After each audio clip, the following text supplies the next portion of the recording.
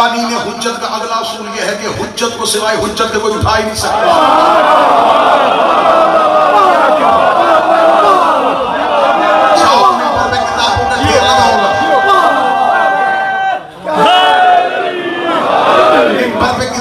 ڈھیر لگانے کے تیار ہوں. فتح مکہ پہ خدا نے کہا خانہ کعبہ کو بتوں سے پاک کر.